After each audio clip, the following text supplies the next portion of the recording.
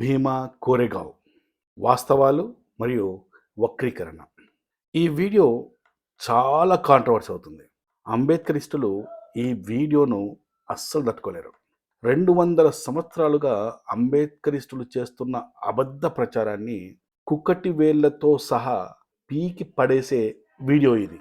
నేను ఈ వీడియోలో ఏది కూడా కల్పించి చెప్పబోవడం లేదు.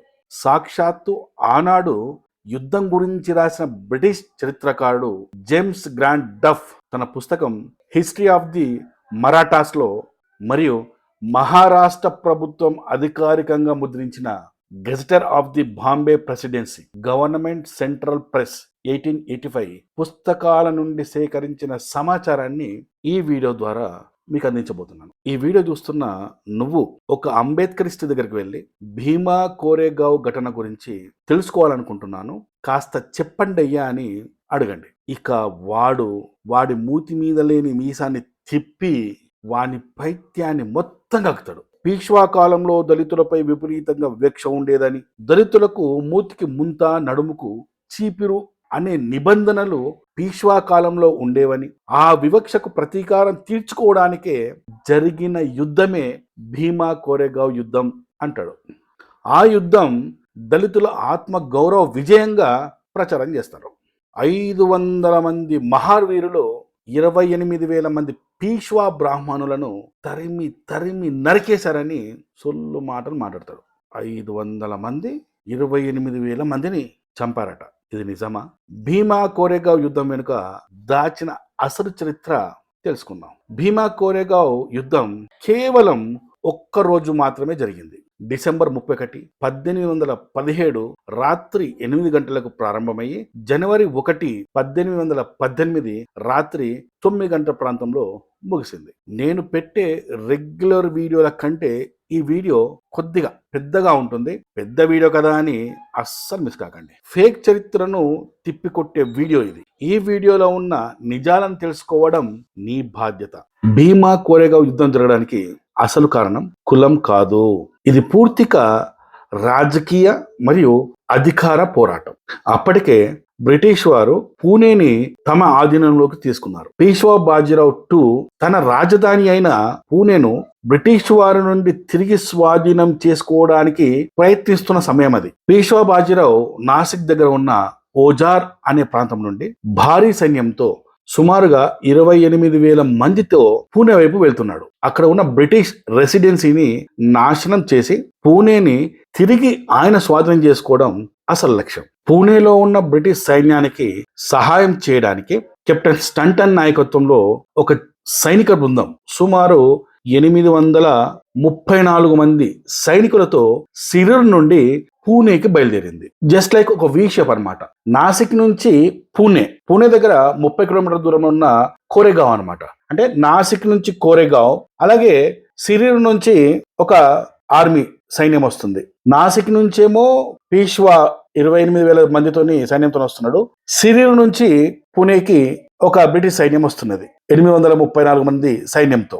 ఈ కింద 30కి ఇంకో ఇద్దరు కలిసే ప్రాంతం ప్లేస్ అనమాట అది. ఈ కింద ఒక 30 కిలోమీటర్ పోతే పూణే వస్తుంది అనమాట. సో వి షేప్ లో వస్తున్నారు అనమాట ఇద్దరు. ఈ కెప్టెన్ స్టంటన్ నాయకత్వంలో వస్తున్న 834 మంది సైనికులు రాత్రంతా నడిచి కోరెగావ్ గ్రామం దగ్గరికి చేరుకున్నారు. ఈ 834 మంది సైన్యంలో 500 మంది సైనికులు మహర్ కులానికి చెందిన వారు అని చెప్పేసి ప్రచారం జరుగుతుంది. ఇక్కడే నాకు ఒక ప్రశ్న ఏంటంటే, అంబేద్కరిస్ట్ అందరూ ఏం చెప్తారంటే ఈ 834 మంది సైన్యంలో 500 మంది మహర్ సైనికులు ఉన్నారు అని చెప్తారు అనమాట. ప్రతి అంబేద్కరిస్ట్ అడుగుతున్న ప్రశ్న ఏంటంటే, ఈ 834 మందిలో 500 మంది మహర్ సైనికులు అని చెప్పి మీరు ఏ రికార్డు ప్రకారం చెప్తున్నారు? ఏ ఆధారం ప్రకారం చెప్తున్నారు? బ్రిటిష్ రికార్డ్ ఏమైనా మీ దగ్గర ఉందా? లేకుంటే ఇంకేదైనా ఆధారం మీ దగ్గర ఉంటే నాకు చూపించండి. నాకు అంటే నాకు కాదు, ప్రపంచానికి చూపించండి. ఎందుకంటే 834 మంది సైనికుల్లో మెహర్ కులానికి చెందిన సైనికులు ఇంతమంది ఉన్నారని చెప్పేసి ఎక్కడ ఎలాంటి ఆధారాలు లేవు. 500 మంది మెహర్ సైనికులు అనేది ఒక ఫేక్ ప్రచారం. సిరూర్ అనే ప్రాంతం నుండి బ్రిటిష్ వారి ఆజ్ఞ మేరకు పూణే వెళ్తున్న దారిలో కోరెగావ్ దగ్గర ఆగారు. కోరెగావ్ గ్రామం అనేది కేవలం యుద్ధం జరిగిన ఒక వేదిక మాత్రమే. ఆ ఊరి ప్రజలకు ఈ మహర్ సైనికులకు ఎటువంటి సంబంధం లేదు. వీళ్ళు తమ సొంత ఊరిని కాపాడుకోవడానికి లేక తమ ఆత్మగౌరవం కోసం తిరగబడ్డ గ్రామస్తులు కాదు. బ్రిటిష్ వారు సిరి నుండి పూణేకి పదండి అని ఆర్డర్ వేస్తే తుపాకీ పట్టుకొని మార్చ్ చేస్తూ వచ్చిన బ్రిటిష్ ప్రభుత్వం నుండి జీతాలు తీసుకునే ఉద్యోగులు మాత్రమే. పీష్వా సైన్యం భీమా నది దగ్గర ఉండగా వారికి అవతల వైపున ఒక చిన్న బ్రిటిష్ సైన్యం కనిపించింది. ఇక్కడ మనం ఒక చిన్న విషయం గమనించాలి. అంబేద్కరిస్టులు ముఖ్యంగా మీరు గమనించాలి. పీష్వాకి ఇది ముందుగానే వేసుకున్న ప్లాన్ కాదు.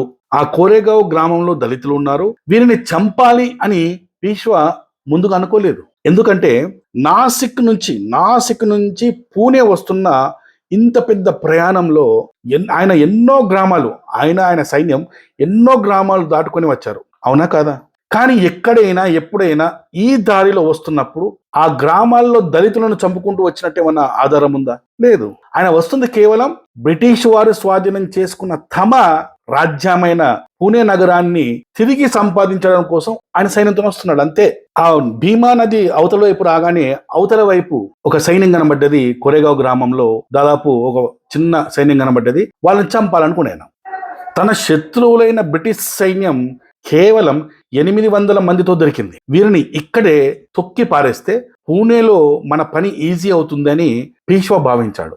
గ్రామంలో ఉన్న బ్రిటిష్ సైన్యాన్ని 834 మంది సైన్యాన్ని చంపడానికి పీష్వా తన దగ్గర ఉన్న అత్యంత క్రూరమైన మరియు బలమైన అరబ్ సైనికులను ఆ నది అవతలున్న కోరేగావ్ గ్రామంలోకి పంపించాడు. ఈ అరబ్ సైనికులు కేవలం డబ్బు కోసం యుద్ధం చేసేవాళ్ళు.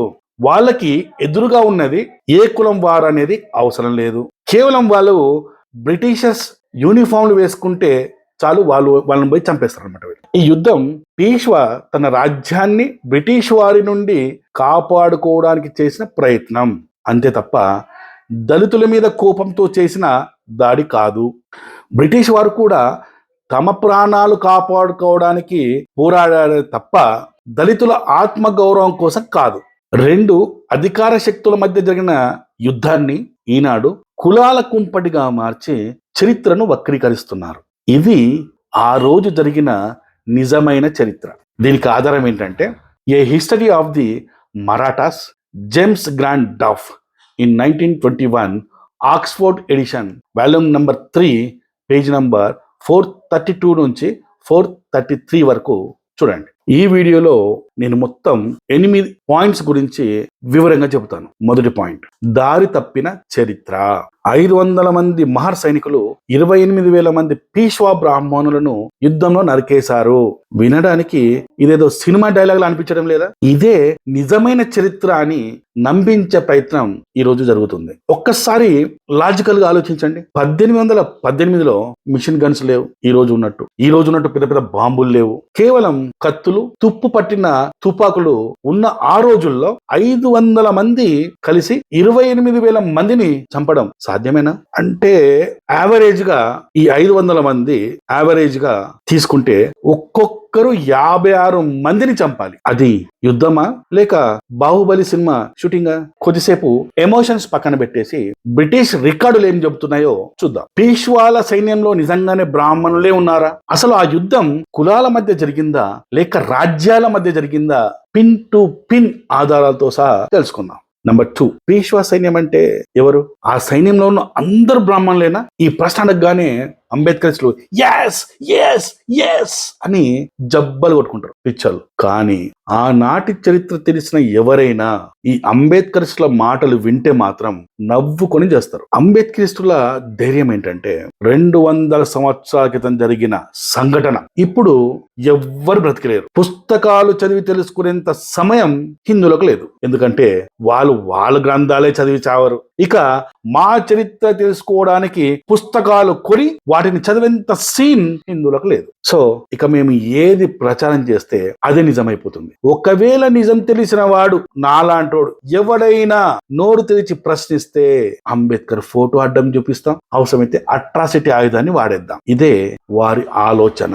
పీష్వా అంటే మరాఠా సామ్రాజ్యంలో ప్రధానమంత్రి అని అర్థం. ఛత్రపతి ప్రతాప్ సింగ్ రాజుగా, బాజీరావు టూ రాజు కింద ప్రధానమంత్రిగా పనిచేసేవాడు. పీష్వా అనేది వ్యక్తి పేరు కాదు, అది ఒక పదవి, ప్రైమ్ మినిస్టర్ పోస్ట్. కానీ ఆ కాలానికి అధికారం మొత్తం పీష్వాల చేతుల్లోనే ఉండేది, అంటే ప్రధానమంత్రి చేతుల్లోనే ఉండేది. పీష్వా బాజీరావు టూ సామాజిక వర్గం ఏంటంటే ఆయన ఒక బ్రాహ్మణుడు, చిత్పావన్ బ్రాహ్మణుడు. ఇక్కడ మన అందరం ఆలోచించాల్సిన పాయింట్ ఏమిటంటే ప్రధానమంత్రిగా ఏ కులం వారు ఉంటే ఆ రాజ్యంలోని సైనికులందరూ ఆ ప్రధానమంత్రి కులానికి చెందిన వారే ఉంటారా? అంటే ప్రధానమంత్రి పదవిలో ఒక పీష్వా బాజీరావు టూ అనే ఒక బ్రాహ్మణున్నాడు కాబట్టి ఆ రాజ్యంలోని సైనికులందరూ బ్రాహ్మణులే ఉంటారా? పీష్వా సైన్యం అంటే సైన్యం మొత్తం బ్రాహ్మణ సైనికులే ఉంటారని అర్థమా? ఇంత మూర్ఖంగా అంబేద్కరిస్టులు ఎలా వాదిస్తున్నారు? పీష్వా సైన్యం గురించి అంబేద్కరిస్టులు ఏమనుకుంటున్నారో అనే విషయాన్ని పక్కన పెట్టేస్తే పీష్వా సైన్యం గురించి చరిత్ర ఏం చెబుతుందో చూద్దాం. 1818 నాటికి, ఆ యుద్ధం నాటికి పీష్వా సైన్యం ఒక మిక్స్డ్ ఆర్మీ. అందులో ఎవరెవరు ఉండేవారు అంటే నంబర్ 1 మరాఠాలు అత్యధికంగా ఉండేవారు.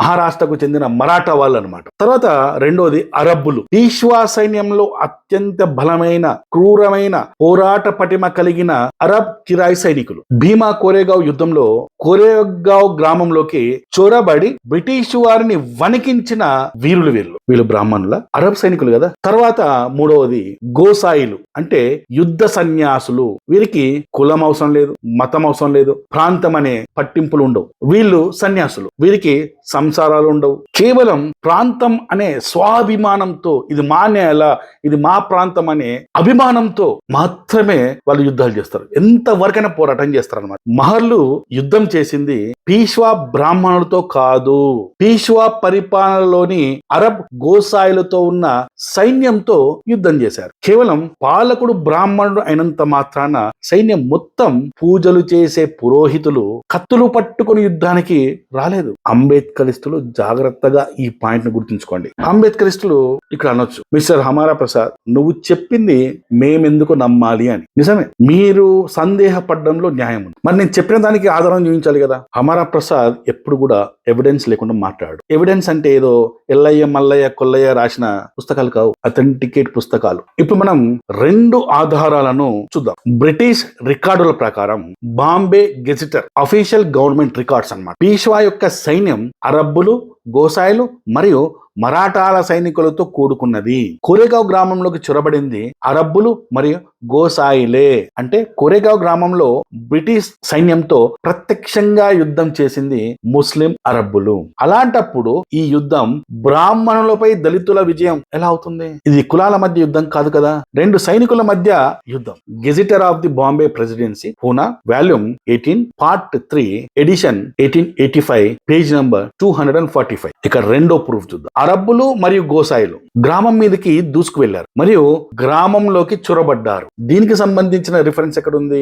ఏ history of Maratha, James Grant Duff in 1921, Oxford edition, volume number 3, page number 433. మిత్రులారా, పీష్వా బ్రాహ్మణుడు కాబట్టి ఆయన సైన్యం అంతా జంధ్యాలు వేసుకున్న బ్రాహ్మణులే అని మీరు అనుకుంటే అది అమాయకత్వం.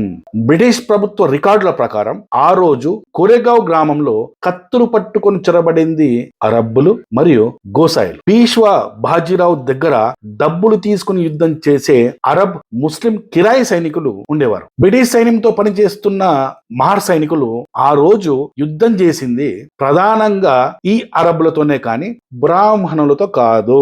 ముస్లిం అరబ్బులను ఓడిస్తే అది హిందూ బ్రాహ్మణ అహంకారంపై సాధించిన విజయం ఎలా అవుతుంది? చరిత్రలో పేజీలు తిరిగేస్తే దొరికే నిజం ఇది. వాట్సాప్ యూనివర్సిటీలో దొరికే అబద్ధం అంబేద్కరిస్టులు ప్రచారం చేస్తున్న అబద్ధ ప్రచారం. ఇక మూడో పాయింట్, 500 వర్సెస్ 28,000. ఈ అంకెల్లో నిజమెంత? మహర్లు 28,000 పీష్వా సైన్యాన్ని చంపేశారట. నిజమా? అసలు భీమా కోరేగావ్ దగ్గర జరిగిందేమిటి? బ్రిటిష్ వారి 2nd battalion 1st regiment of Bombay native infantry unit, ఇందులో సుమారు 834 మంది సైనికులు ఉన్నారు. ఇందులో మెహర్లు, ముస్లింలు, ఇతర కులాల వారు మరియు బ్రిటిషర్లు కూడా ఉన్నారు. కెప్టెన్ స్టాంటన్ తన 1వ రెజిమెంట్ కు చెందిన 2వ బెటాలియన్, ఇందులో 500 మంది సాధారణ సైనికులు, అందులో మెహర్లు ఉన్నారు, ముస్లింస్ ఉన్నారు, ఇతర కులాలు ఉన్నారు, బ్రిటిష్ వాళ్ళు కూడా ఉన్నారు. అలాగే 2 6 రౌండ్ల ఫిరంగులు అదొక దళం మరియు 300 మంది ఇర్రెగ్యులర్ గుర్రపు దళం ఉన్నారు. అంటే గుర్రాల మీద ఒక 300 మంది ఉన్నారు అన్నమాట. మొత్తం కలిపి 834 మంది అనమాట. అంటే 500 మంది పదాది దళం ప్లస్ 300 గుర్రపు దళం ప్లస్ 24 మంది ఆర్టిల్లరీ ప్లస్ ఆఫీసర్లు, మొత్తం కలిపితే 834 మంది అనమాట. దీనికి ఆధారం ఎక్కడుంది అంటే, నేను ఇంతకుముందు ఇచ్చిన పుస్తకాలు ఏవైతే చూపించానో అందులో ఒక పుస్తకం gazetteer of the Bombay presidency, Poona, volume 18, part 3, edition 1885, page number 244. మరి పీష్వా సైన్యం గురించి కూడా మనకి ఇన్ఫర్మేషన్ కావాలి కదా. రికార్డ్స్ ఏం చెప్తున్నాయి చూడండి. పూర్తి పీష్వా సైన్యం, అక్కడికి వచ్చిన సైన్యం 28,000 మంది. ఆ పీష్వా సైన్యం నుండి 2,000 మంది, అందులో ముఖ్యంగా అరబ్ సైనికులు, గోసాయిలు మాత్రమే కోరేగావ్ గ్రామం మీదకి దాడి చేశారన్నమాట. అవి ఏంటో వాటి డీటెయిల్స్ ఇస్తున్నాం చూడండి. 3 పార్టీలు అంటే 3 × 600 అంటే 1800 ప్లస్ అదనంగా సపోర్ట్ చేసేవారు కలిపితే సుమారు 2,000 మంది. దీనికి ఆధారం ఎక్కడ ఉంది? A history of the Marathas, James Grant Duff, volume 03, page number 433. 28,000 మంది అరబ్ సైన్యంలో నుంచి 2,000 మంది నది దాటి ఆ వైపు కోరేగావ్ గ్రామంలోకి వెళ్లి చొరబడి అక్కడ యుద్ధం చేశారన్నమాట. 28,000 మంది కాదు యుద్ధం చేసింది, 2,000 మంది మాత్రమే. ఎంతమందితో యుద్ధం చేశారు? బ్రిటిష్ సైన్యమైన 834 మందితో. అంబేద్కర్ వాదులు ప్రచారం చేస్తున్నట్లు ఇది 500 మంది వర్సెస్ 28,000 మంది మధ్య జరిగిన యుద్ధం కాదు. కోరేగావ్ గ్రామంలో ఉన్న 834 మంది బ్రిటిష్ సైనికులకు మరియు పీష్వా సైన్యంలోని 2,000 మంది అరబ్ సైనికులకు మధ్య జరిగిన యుద్ధం. మిగిలిన 26,000 మంది పీష్వా సైనికులు భీమా నది అవతలి ఒడ్డున నిలబడి చూస్తూ ఉండిపోయారు. ఎందుకంటే గ్రామంలో అంతమందికి చోటు లేదు. ఇక్కడ మీరు అనొచ్చు, నీ కామెడీ పాడుగాను ఈ 28,000 మందికి ఆ గ్రామంలో చోటు లేదా అని. ఎస్, చోటు లేదు. ఆ గ్రామం సైజ్ ఎంతో ముందు మీరు తెలుసుకోవాలి. అంబేద్కర్ ఈ పని చేయరు, కానీ నేను చేస్తా కదా. ఈ యుద్ధమైన తర్వాత 60 సంవత్సరాల తర్వాత అంటే 1818 జనవరి 1వ తారీఖు యుద్ధమైంది కదా. ఆ తర్వాత 60 సంవత్సరాల తర్వాత అంటే 1881వ సంవత్సరంలో జనాభా సెన్సస్ లెక్కలు చేశారు బ్రిటిష్ వాళ్ళు. చేసినప్పుడు ఈ కోరేగావ్ గ్రామంలో ఉన్న జనాభా ఎంత తెలుసా? 960 మంది మాత్రమే. అంటే యుద్ధం జరిగిన 60 సంవత్సరాల తర్వాత ఆ గ్రామంలో ఉన్న 960 అంటే మరి 60 సంవత్సరాల క్రితం ఆ గ్రామంలో జనాభా ఎంత ఉంటుందో ఇక మీరే ఆలోచించుకోండి. సో మొత్తానికైతే జరిగింది అది. ఇక జనవరి 1 సాయంత్రం అయిపోయేసరికి యుద్ధం ఆగిపోయింది. యుద్ధం ఎందుకు ఆగిపోయింది? మెహర్లను చూసి భయపడ్డారా? కాదు. సాయంత్రానికి పీష్వాకు ఒక వార్త వచ్చింది. బ్రిటిష్ జనరల్ స్మిత్ ఒక పెద్ద సైన్యంతో చాకాన్ దగ్గరకు వచ్చేశాడు, చాకాన్ అనే ప్రాంతం వరకు వచ్చేశాడు, రేపటికల్లా ఇక్కడికి వచ్చేస్తాడు అని. ఆ పెద్ద సైన్యాన్ని ఎదుర్కోవడం ఇష్టం లేక పీష్వా తన సైన్యాన్ని వెనక్కి తీసుకుని దక్షిణం దిశగా వెళ్ళిపోయాడు. అంటే కర్ణాటక వైపు వెళ్ళిపోయాడు. అంతేకాని మహార్లను చూసి భయంతో కాదు. జనరల్ స్మిత్ చాకన్ వద్ద ఉన్నాడని తెలిసి పీష్వా దక్షిణం వైపు వెళ్ళిపోయాడు. దీనికి కూడా ఆధారం ఉంది, దీనికి కూడా రిఫరెన్స్ ఉంది. భయంతో పారిపోయాడని చెప్పి లేదు, అప్పుడు యుద్ధం వాళ్ళతో చేయడం కరెక్ట్ కాదు అని చెప్పేసి వెళ్ళిపోవడం జరిగింది. దీనికి రిఫరెన్స్ కావాలా? A history of Maratha, James Grant Duff, volume 3, page number 436. సరే, ఏదో కారణాల వల్ల యుద్ధం ఆగిపోయింది. ఇప్పుడు నెక్స్ట్ మనకు తెలవాల్సింది ఏంటి అంటే, ఆ యుద్ధంలో చనిపోయినది ఎంతమంది? అంబేద్కరిస్టులు ప్రచారం చేస్తున్నట్టు 500 మంది 28,000 మందిని చంపారు అని చెప్తారు కదా. మరి అక్కడ జరిగిన చావుల సంఖ్య ఎంత? ఇప్పుడు యుద్ధం చేసిన సంఖ్య ఎంతో క్లియర్ అర్థమైపోయింది ఇప్పుడు మీకు ఆధారాలతో. మరి చనిపోయిన వారి సంఖ్య కూడా తెలవాలి కదా మనకు. ఒకసారి చూద్దాం బ్రిటిష్ రికార్డ్స్ ఏం చెప్తున్నాయి. ఆ యుద్ధంలో అంటే భీమా కోరేగావ్ యుద్ధంలో చనిపోయింది ఎంతమంది? 2 సైన్యాలు యుద్ధం చేశాయి కదా. సో 2 వైపులా మరణాలు. ఆ మరణాల సంఖ్య ఎంత? బ్రిటిష్ వారి లెక్కలు, east India company dispatches versus ప్రకారం ఈ యుద్ధంలో 834 మంది బ్రిటిష్ సైనికులు పాల్గొంటే అందులో 275 మంది చనిపోవడమో లేదా గాయపడడమో జరిగింది. పర్సంటేజ్ ప్రకారం చూస్తే 33%. ఇప్పుడు పీష్వా వైపు చూద్దాం. పీష్వా వైపు ఉన్న 2000 మంది సైనికులు పాల్గొంటే అందులో 500 నుంచి 600 మంది వరకు చనిపోవడం లేదా గాయపడడం జరిగింది. 500 తక్కువ ఎందుకు, మాక్సిమం ఫిగర్ నే తీసుకుందాం. 600 తీసుకుంటే 30% అవుతుంది. బ్రిటిష్ వాళ్ళ కంటే పీష్వాలు చనిపోయింది 3% తక్కువనే ఉంది. ఇంకా దీని ఆధారం ఎక్కడ ఉంది అంటే సేమ్ పుస్తకాల్లో ఉంది. Gazetteer of the Bombay presidency Poona volume 18 part 3 edition 1885 page number 246 లో ఉంది, చూసుకోండి. నిజానికి అక్కడ చనిపోయింది 500 నుంచి 600 మంది మాత్రమే. అలాంటిది 28,000 మందిని చంపేశారు అనే ఈ లెక్క ఎక్కడి నుంచి వచ్చింది? కేవలం గొప్పలు చెప్పుకోవడానికి సృష్టించిన అంకెల గారడి ఇది. మరి 28,000 మంది చనిపోతే ఆ శవాలు ఏమయ్యాయి? ఆ రక్తం ఏరులై పారాలి కదా. చరిత్రలో ఇలాంటి రికార్డు ఎక్కడైనా ఉందా? అంబేద్కర్ స్టారా మీరు చూపించాలి. ఇక 4వ పాయింట్, కుల పోరాటమా వలస పోరాటమా? అంబేద్కరిస్టులు చెప్పినట్లు ఇది బ్రాహ్మణ అణిచివేతపై జరిగిన దండయాత్ర కాదు. ఇది కేవలం ఆంగ్లో మరాఠా యుద్ధం. ఈ యుద్ధానికే థర్డ్ ఆంగ్లో మరాఠా వార్ అని పిలుస్తారు అఫీషియల్ గా. బ్రిటిష్ వాడు మన దేశాన్ని ఆక్రమించుకోవడానికి చేసిన యుద్ధం ఇది. దురదృష్టవశాత్తు మన దేశంలోని దళితులు బ్రిటిష్ జెండా కోసం పోరాడారు అనేది చేదు నిజం. ఇలాంటి విషయాలనే అంబేద్కర్ కొన్ని మాటలు మాట్లాడారు. ఆ మాటలు ఏంటో ఒకసారి గుర్తు చేస్తే చూడండి. దళితులు బ్రిటిష్ వారికి భారతదేశాన్ని జయించడానికి సహాయం చేయకపోయి ఉంటే భారతదేశంలో బ్రిటిష్ పాలన అసాధ్యమయ్యేది. అంటే బ్రిటిష్ వారు ఈ దేశాన్ని పాలిస్తున్నారు అంటే ఈ దేశంలో ఉన్న దళితులు వారికి సహాయం చేయడం వల్లే ఇక్కడ స్థానిక రాజులను ఓడించి ఈ దేశాన్ని హస్తగతం చేసుకొని ఈ దేశాన్ని బానిసత్వంలోకి వెళ్ళింది. దానికి కారణం మా దళితులమే అని చెప్పేసి అంబేద్కర్ చెప్తున్నాడు. రిఫరెన్స్ కావాలా? Doctor B R Ambedkar writing and speeches volume number 2 లో పేజ్ నంబర్ 409, వాల్యూమ్ నంబర్ 10 లో పేజ్ నంబర్ 440, 485 అండ్ 496 పేజెస్ ని చదివి తరించండి. ఇక్కడ అసలైన ట్విస్ట్ ఏంటో తెలుసా? పీష్వా సైన్యంలో కూడా అన్ని కులాలతో పాటు మెహర్ కులాల వారు కూడా ఉన్నారు అందులో. ఇది మాత్రం ఈ అంబేద్కర్ చెప్పడే.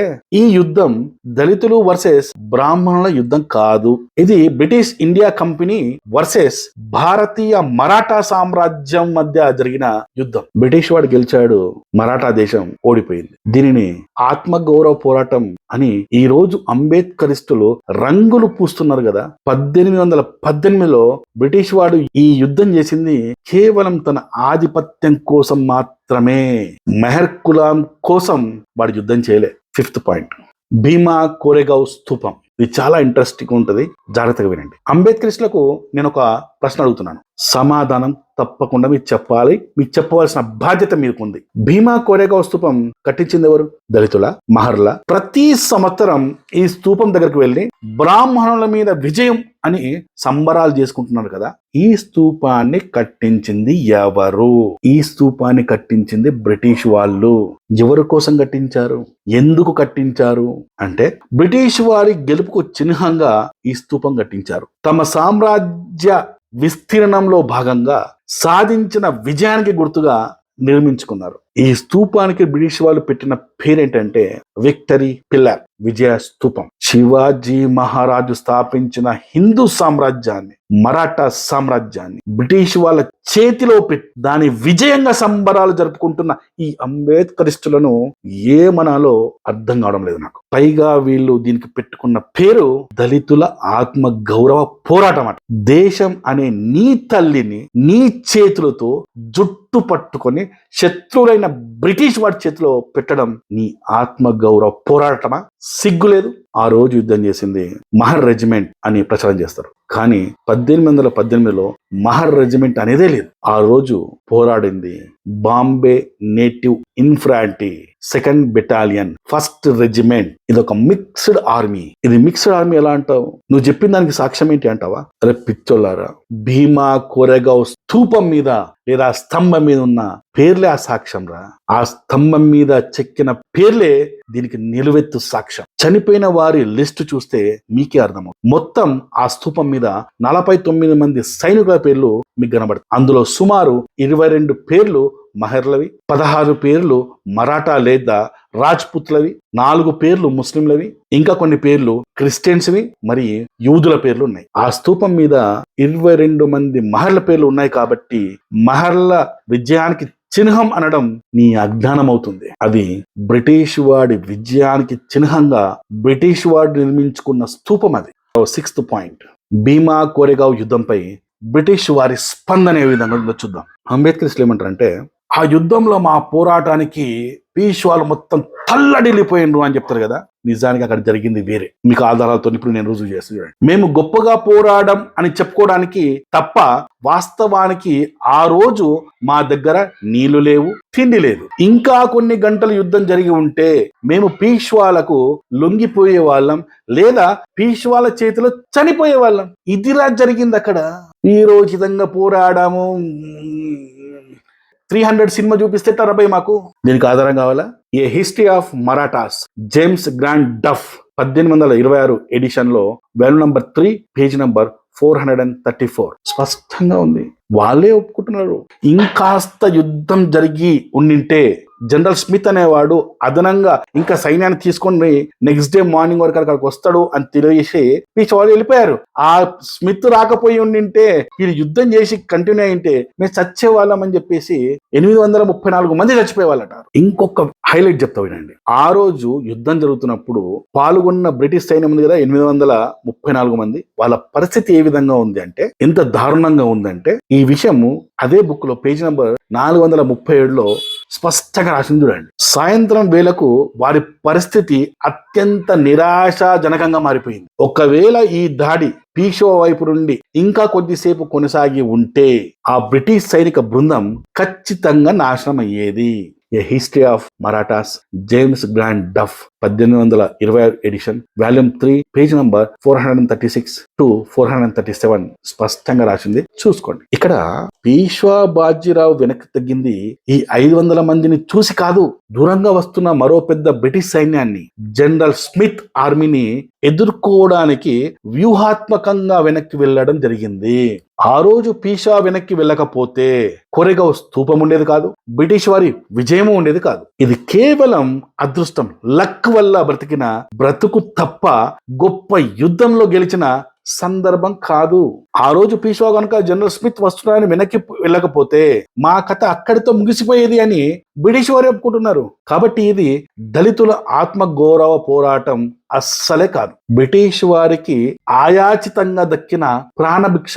జనరల్ స్మిత్ రాక వల్ల బతికిపోయారు వాళ్ళు. 7th point. ఇక చివరిగా 1927కు ముందు వరకు ఇది ఒక స్మారక చిహ్నం మాత్రమే. కానీ 1927 జనవరి 1న అంబేద్కర్ ఈ స్తూపాన్ని దర్శించడం జరిగింది. అప్పటికే బ్రిటిష్ వారు మహర్ సైన్యాన్ని బ్రిటిష్ ఆర్మీలోకి తీసుకోవడం ఆపేశారనమాట. 1892 మే నెలలో బ్రిటిష్ ప్రభుత్వం ఒక ఆర్డర్ పాస్ చేసింది. ఆ ఆర్డర్ ప్రకారం మహర్లను బ్రిటిష్ ప్రభుత్వంలో రిక్రూట్ చేయడం స్టాప్ చేసేసారు అనమాట. 1893 నాటికి సైన్యంలో మహర్ల నియామకం పూర్తిగా రద్దయిపోయింది. సో దానికోసం ఆ రద్దును తీసేయమని చెప్పడానికి కోసం అంబేద్కర్ ఈ స్తూపం దగ్గరికి రావడం జరిగింది. వచ్చి అక్కడ ఏమన్నారు అంటే, మా జాతి పోరాట పటిమ కలిగిన జాతి, మాకు సైన్యంలో అవకాశం ఇవ్వండి అని బ్రిటిష్ ప్రభుత్వాన్ని డిమాండ్ చేయడానికి అంబేద్కర్ ఈ స్తూపాన్ని ఉదాహరణగా చూపించారు. చూడండి, మా తాతలు మీకోసం రక్తం చిందించారు. ఎంత చండాలంగా ఉందండి. మీరు మా కులాన్ని మీ ఆర్మీలోకి తీసుకోవడం రద్దు చేశారు, జాబులు ఇవ్వడం లేదు. తిరిగి మా చరిత్రను గుర్తు చేసుకొని మీకోసం మా రక్తాలు చిందించారు మా తాతలు, మాకు పోరాట పరిమళ మాకు ఉంది కాబట్టి మమ్మల్ని మళ్ళా తీసుకోండి అని చెప్పేసి దళితుల్లో ఒక ఆత్మస్థైర్యాన్ని నింపడం కోసం అక్కడ వచ్చి చెప్పాడు. అంతేకాని అంబేద్కర్ ఎక్కడ కూడా మేము 28,000 మంది బ్రాహ్మణులను నరికేశామని తన రచనల్లో ఎక్కడ కూడా రాసుకోలేదు. ఎందుకంటే అంబేద్కర్కు నిజమైన చరిత్ర తెలుసు కాబట్టి. అంబేద్కర్ బ్రిటిష్ వారిని ఉద్యోగాలు అడగడానికి ఈ స్తూపాన్ని ఒక సాక్ష్యంగా వాడుకున్నాడే తప్ప ఈ స్తూపం ద్వారా మేము 500 మందిని 28,000 మందిని నరికి చంపామని ఎక్కడ చెప్పలేదు. కానీ ఈనాడు అంబేద్కరిస్టులు హిందూ మతం మీద దాడిగా ఈ స్తూపాన్ని చూపిస్తున్నారు. ఈరోజు కొంతమంది లేని చరిత్రను సృష్టించి కులాల మధ్యలో లేని పగను రగిలిస్తున్నారు. 28,000 మందిని చంపారు అనేది పెద్ద అబద్ధం. వీరోచిత పోరాటానికి అబద్ధ ప్రచారానికి తేడా తెలుసు. తప్పుడు సమాచారాన్ని షేర్ చేసి భావితరాలకు విషాన్ని ఎక్కించకండి. 8వ పాయింట్, భీమా కోరేగావ్ కఠిన వాస్తవాలు. పూర్తి వీడియోను 9 బుల్లెట్ పాయింట్లతో ముగించేస్తా. పాయింట్ 1, ఇది దళితులపై దాడి చేయడానికి పీష్వాలు వేసుకున్న ముందస్తు ప్లాన్, ప్రీ ప్లాన్ అయితే కాదు. బ్రిటిష్ సైన్యం అడ్డు వస్తే జరిగిన యాదృచ్ఛిక యుద్ధం, అంటే యాక్సిడెంటల్ వార్ మాత్రమే. పాయింట్ నెంబర్ 2, పీష్వా సైన్యం దాడి చేసింది బ్రిటిష్ యూనిఫామ్ వేసుకున్న శత్రువుల మీదే కానీ బ్రిటిష్ యూనిఫామ్ వేసుకున్న మహర్కుల మీద కాదు. ఇది బ్రిటిష్ సైనికులపై జరిగిన దాడే కానీ దళితులపై జరిగిన వివక్ష దాడి కాదు. పాయింట్ నెంబర్ 4, ఇది బ్రాహ్మణ వర్సెస్ దళితుల మధ్య జరిగిన కుల పోరాటం ఎంత మాత్రం కాదు. ఇది స్వదేశీ మరాఠా సామ్రాజ్యం వర్సెస్ విదేశీ ఈస్ట్ ఇండియా కంపెనీ మధ్య జరిగిన రాజకీయ ఆధిపత్య పోరాటం. పాయింట్ 5, పీష్వాలు స్వరాజ్యం కోసం విదేశీయులైన బ్రిటిష్లను ఎదిరించారు. కానీ ఆనాడు బ్రిటిష్ సైన్యంలోని మహర్లు విదేశీయుల దగ్గర జీతగాళ్లుగా మారి స్వదేశీ రాజులపై కత్తులు దూశారు. దేశాన్ని బ్రిటిష్ వారికి అప్పగించడాన్ని ఆత్మగౌరవం అంటారా? పాయింట్ నంబర్ 6, కోరేగావ్లో ఉన్నది విజయస్తూపం కాదు, అది బానిసత్వపు గుర్తు. ఆ స్తూపాన్ని కట్టించింది దళితులు కాదు, మన దేశాన్ని గెలిచిన ఆనందంలో బ్రిటిష్ వారు కట్టించుకున్న స్తూపం అది. బ్రిటిష్ వారి గెలుపును మన గెలుపుగా సంబరాలు చేసుకోవడం బానిస మనస్తత్వానికి నిదర్శనం. పాయింట్ నెంబర్ 7, 500 మంది కలిసి 28,000 మందిని చంపారు అనడం బాహుబలి సినిమా గ్రాఫిక్స్ కంటే పెద్ద అబద్ధం. ఆ రోజు యుద్ధం చేసింది కేవలం 2,000 మంది అరబ్ గోసాయి కిరాయి సైనికులు మాత్రమే. మిగిలిన 26,000 మంది పీష్వా సైనికులు యుద్ధంలో పాల్గొనలేదు. పాయింట్ నెంబర్ 8, కోరేగావ్ గ్రామంలోకి చొరబడి మహర్ సైనికులను నరికింది బ్రాహ్మణులు కాదు, డబ్బు కోసం పనిచేసే ముస్లిం అరబ్బులతో యుద్ధం చేసి దాన్ని బ్రాహ్మణులపై విజయంగా చెప్పుకోవడం చరిత్రను వక్రీకరించడమే. చిట్ట చివరి పాయింట్ 9, యుద్ధం ఆగిపోయింది మహర్ల పరాక్రమం చూసి కాదు. జనరల్ స్మిత్ పెద్ద సైన్యంతో వస్తున్నానని తెలిసి పీష్వా వెనక్కి తగ్గాడు. ఇది బ్రిటిష్ వారికి దక్కిన ప్రాణభిక్ష మాత్రమే తప్ప గొప్ప విజయం కాదు. ఇది అసలైన భీమా కోరేగావ్ యొక్క చరిత్ర. ఈ వీడియో చూస్తున్న అంబేద్కరిస్టులకు మీ అందరికీ నా ఓపెన్ ఛాలెంజ్, నేను చెప్పిన ఈ ఆధారాల్లో, నేను ఇంతవరకు చెప్పిన పూర్తి సమాచారంలో ఏదైనా అబద్ధం ఉందని చెప్పేసి మీరు నిరూపించగలిగితే ట్యాంక్ బండి మీద ఉన్న అంబేద్కర్ స్టాచ్యూ దగ్గరకు వచ్చి నా ముక్కు నేలకు రాసి మీకు క్షమాపణ చెప్తా. నేను తప్పు చెప్పానని చెప్పే దమ్ము ధైర్యం ఎవరికైనా ఉంటే కింద నా నంబర్ ఉంది, నాకు ఫోన్ చేసి మాట్లాడండి. ముఖ్యంగా కత్తి పద్మారావుకు ఈ ఛాలెంజ్, కదిరి కృష్ణకు ఈ ఛాలెంజ్, రెంజల్ల రాజేష్ కు ఈ ఛాలెంజ్, భైరి నరేష్ కు ఈ ఛాలెంజ్, ఆర్ట్స్ కాలేజ్ ప్రిన్సిపల్ అయిన కాసిం కు ఇది నా ఛాలెంజ్. దమ్ము మీకుందా? నేను చెప్పింది తప్పని నిరూపించగలిగే దమ్ము మీకుందా? Open challenge. Thank you. జై శ్రీరామ్.